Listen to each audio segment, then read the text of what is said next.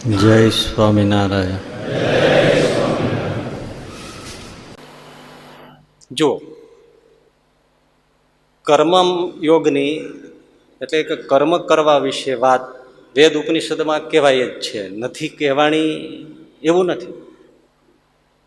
ઉપનિષદ હોય તો ઈશાવાસ્ય ઉપનિષદ હોય તો માનો કે એમાં તરત બીજા મંત્રમાં વાત આવે, કુર્વન્નેવેહ કર્માણી જીજીવિષેત શતમ સમાહા.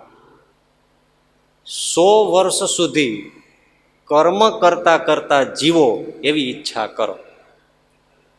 100 વર્ષ જીવવાનું બધા કહો છો, પણ એમ નહીં. કેમ? કુર્વન્નેવેહ કર્માણી, કર્મ કરતા કરતા તમે 100 વર્ષ સુધી જીવો એવી ઈચ્છા કરો. કર્મનો મહિમા કયો? કર્મ સભર 100 વર્ષની આયુનો મહિમા કયો ઉપનિષદે?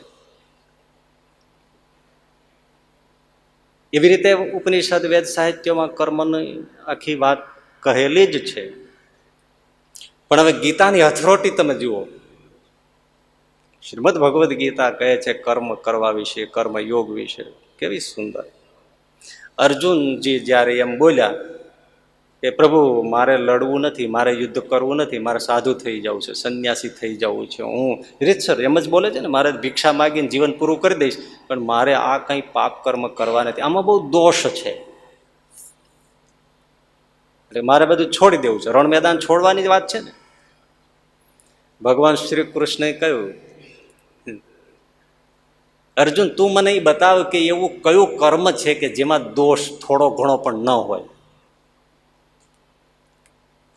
કાંઈક ને કાંઈક દરેક કર્મમાં થોડો ઘણો દોષ છે જ એમ. એક હિંસારૂપી દોષ લ્યો તો એવું કયું કર્મ છે જેમાં હિંસા ન હોય? હોવાના જ થોડા ઘણા દોષ. એટલે શું છોડી દેવાનું બધું? ભગવાન શ્રી કૃષ્ણ સમજાવે છે, જો હથરોટી જોઈજો તમે. અને અર્જુન બે ટૂંક વાત કરે છે ભગવાન. અર્જુન, કર્મ છોડવાની જે એ કોઈ વાત કરતો હોય કે મારે કર્મ છોડી દેવું છે, તો એના જેવો કોઈ મૂઢ નથી, દંભી નથી, પાખંડી નથી. કારણ કે એના જેવું કોઈ મોટું જૂઠ પણ નથી કે મારે કર્મ નથી કરવું એવું કહેનારો, મેં કર્મ છોડી દીધા છે. કારણ કે બહુ સરસ વાત, એક ક્ષણ માટે પણ કોઈ જીવ પ્રાણી માત્ર, મનુષ્ય નહીં, જીવ પ્રાણી માત્ર એક ક્ષણ માટે પણ કર્મ કર્યા વગર કોઈ રહી શકતું જ નથી. હવે એ કર્મ છોડવાની વાત કરે એનાથી બીજો મૂઢ કોણ? અને તું એમ કહે છો કે મારે બધું છોડી, આ દોષયુક્ત કર્મ છોડી અને મારે સંન્યાસી થઈ જવું છે, તો તારા જેવો પણ કોઈ મૂઢ નથી. અર્જુન, કર્મ છોડાતું જ નથી, કોઈ ન છોડી શકે. આ તારું શરીર છે ને અર્જુન, એ કંઈ કર્મ કર્યા વગર ટકતું નથી. સમજાવટ જુઓ તમે, સમજાય તો તમને આમ દીવા થઈ જાય એવી વાત છે કે આ તારું શરીર છે એ પણ કર્મ કર્યા વગર ટકતું નથી. અને તું એમ કે હું કર્મ છોડી દીધા છે.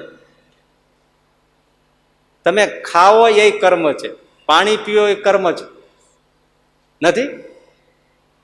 એ ભાઈ કેટલી હિંસાઓ છે ને બધા દોષ લાગેલા છે. બોલો, કેટલાય બેક્ટેરિયા હશે જ ખોરાકમાં, પાણીમાં. અને પાણી પીવું, ખાવું એ પણ એક કર્મ જ છે ને. કર્મ એટલે ક્રિયા કરવી. શ્વાસ લેવો કર્મ છે, ઊંઘી જવું એ પણ કર્મ છે, ઘોર સુષુપ્તિ કર્મ છે અર્જુન. અરે સ્વપ્ન જોવું એ પણ કર્મ છે અર્જુન. કોઈ કદાચ શરીરથી એમને મૂઢ થઈને બેસી જાય તો મનમાં ચિંતન કરશે, એ કર્મ છે. કર્મ છોડીને ક્યાં જવાના? છૂટે જ નહીં કર્મ. કર્મ વગર જીવન નથી. માટે અર્જુન, સારી શ્રેષ્ઠ વાત એ છે કર્મ છોડવાની વાત ન કરાય માય ફ્રેન્ડ. એમના તો સખા હતા ને બંને, ના છોડવાની વાત ન કરાય. કર્મ કઈ રીતે કરવું એ તું શીખી લે. કર્મ કરો, પણ કર્મ અને કર્મના ફળમાં આસક્તિ રહિત થઈને અર્જુન કર્મ કરો. બસ આ શ્રેષ્ઠ. જો બહુ ટૂંકમાં કહી દેશે ભગવાન, કર્મમાં પણ આસક્તિ નહીં. તમે વિચાર કર્યો કે મારે પેટ્રોલ પંપ નાખવો છે, મને સરકારીની ઇજાજત આપે, મંજૂરી આપે, પરમિશન આપે, પણ ન મળી અને જો તમે દુઃખી થાવ તો એ કર્મની આસક્તિ થઈ. હતી ઈચ્છા, ધંધો થાય ન થાય તો ભગવાનની મરજી, તો એ અનાસક્ત છે. એટલે કર્મની પણ અનાસક્તિ અને પરિણામની પણ, ફળની પણ અનાસક્તિ. તમે ધાર્યું હોય કે પેટ્રોલ પંપ મળી ગયો, પણ તમે માન્યું હોય કે મહિને મને લાખનો પ્રોફિટ થવો જોઈએ, ન થાય, ખોટ જાય, કદાચ ગમે તે થાય તો પણ રાજી. વધુ મળે તોય રાજી, ઓછું મળે તોય રાજી, ન મળે એવી રીતે અનાસક્ત થઈને કર્મ અને કર્મના ફળમાં રહીને કર્મ કરવું. અર્જુન, આ બાબત શીખવા જેવી છે. યોગ કર્મ શું કૌશલમ, કર્મ ચોંટે નહીં એવી રીતે કર્મ કરવું, એનું નામ જ યોગ છે.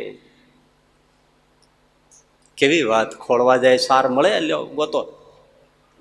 ગમે એટલા વૈદિક ઉપનિષદ સાહિત્ય ખોળી લ્યો, યોગ કર્મ શું કૌશલમ શબ્દ નહીં મળે. આ કાનજી મહારાજ લઈ આવ્યા.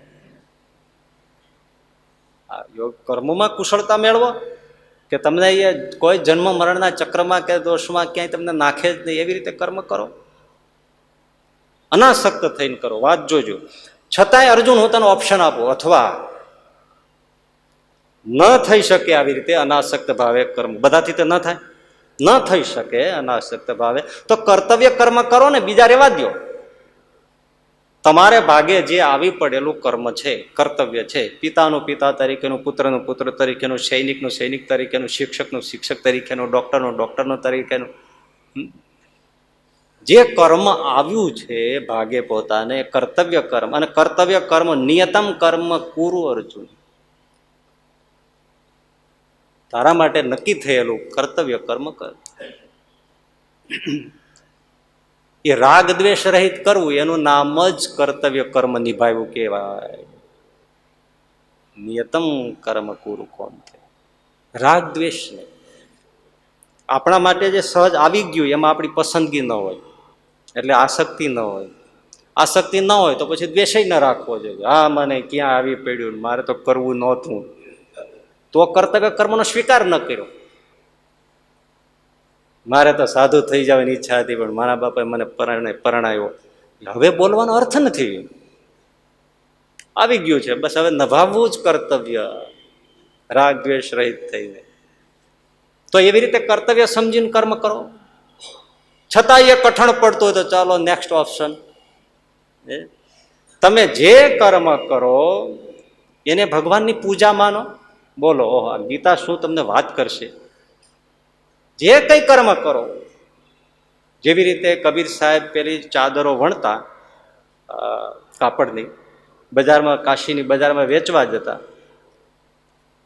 તો કોઈ પણ ગ્રાહક આવે એને કે બોલો રામ, કઈ લેવી છે, કેટલામાં પોસા છે, લ્યો રામ, આ ઓઢો રામ.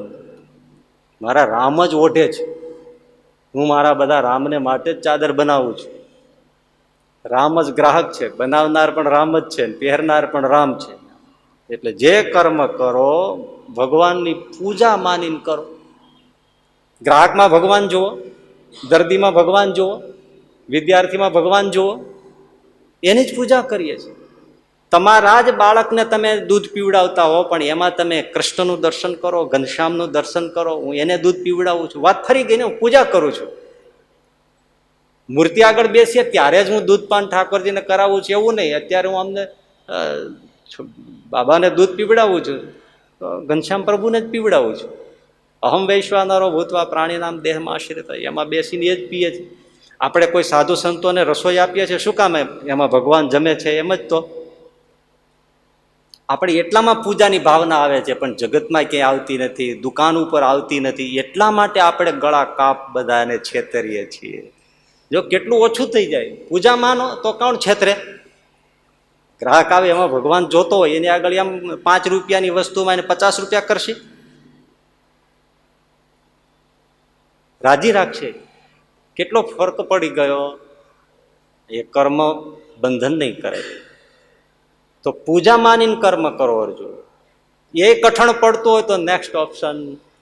તમને આ કઠણ પડતું હોય તો મામ અનુસ્વાર યુધ્ય ચ. અર્જુન, જે કામ કરો મારું ભજન કરતા કરતા કરો. વિચારો શું ગીતા આપણને બતાવે. બસ હરે કૃષ્ણ રામ રામ રામ રામ સ્વામિનારાયણ સ્વામિનારાયણ, જે કરો તે. ભણાવો તોય ભલે, ખેતીનું કામ કરો તોય ભલે, ધંધો કરો તોય ભલે. આપણે પેલા કરિયાણાના વેપારી ગઢાળીના કે કોઈ શેઠની એની વાત છે ને, કે જે કોઈ આવે ગ્રાહક, આવો ગોળ લેવો છે બાપા, આવો જય સ્વામી, બેસો. ગોળ કેમ આપ્યો? અરે કેટલો લેવો છે? જય સ્વામિનારાયણ. 2 કિલો લેવો? જય સ્વામિનારાયણ. આ સરસ સોનાની વીંટી જેવો, જય સ્વામિનારાયણ. આના 5 રૂપિયા, જય સ્વામિનારાયણ. આના 3 રૂપિયા, જય સ્વામિનારાયણ. લો જોખી દઉં, કેટલો? 3 કિલો, જય સ્વામિનારાયણ. લ્યો આ લ્યો, લઈ જાઓ, જય સ્વામિનારાયણ. મૂકો પૈસા, જય સ્વામિનારાયણ. આને કર્મ કેમ બંધન કરે? છતાંય અર્જુન એ કઠણ પડતું હોય તો નેક્સ્ટ ઓપ્શન કેમ ભાઈ? અખંડ ભજન ન પણ થાય. તમને તો બધાને એવું હોય ને કે વળી કોઈ ભગતડો કહેશે એટલે તો તિલક ન કરે, ચાંદલો ન કરે. તો વળી આ ક્યાં બોલવું? મનમાં બોલીએ, મનમાં બોલવા જાય ભૂલી જાય, મૂળગું ભૂલી જાય. તો છેલ્લું ઓપ્શન આપ્યું ભગવાન શ્રી કૃષ્ણે કે અર્જુન એમ કરો ને, મદ અર્પણમ, મને કરવા માટે, અર્પણ કરવા માટે કર્મ કરતા હો એવી ભાવનાથી કરો. મતલબ કે તમે જે કમાવો એમાંથી તમે થોડું જરૂર પૂરતું સંસારમાં વાપરીશું ને બાકીનું બધું ઠાકોરજી તમારા ને તમારા ભક્તોને બાળકો માટે વાપરીશું. આમ અમે દશાંશ વિશાંશ અને દાન પુણ્ય અર્થ કાઢતા કાઢતા આ કર્મ કરીએ તો એ કર્મ તમને જન્મ મરણ ઉભા નહીં કરે. આનાથી મોટી કર્મનું આટલું સાર કાઢીને કોણ આપે? એટલે ગીતા મહાન છે.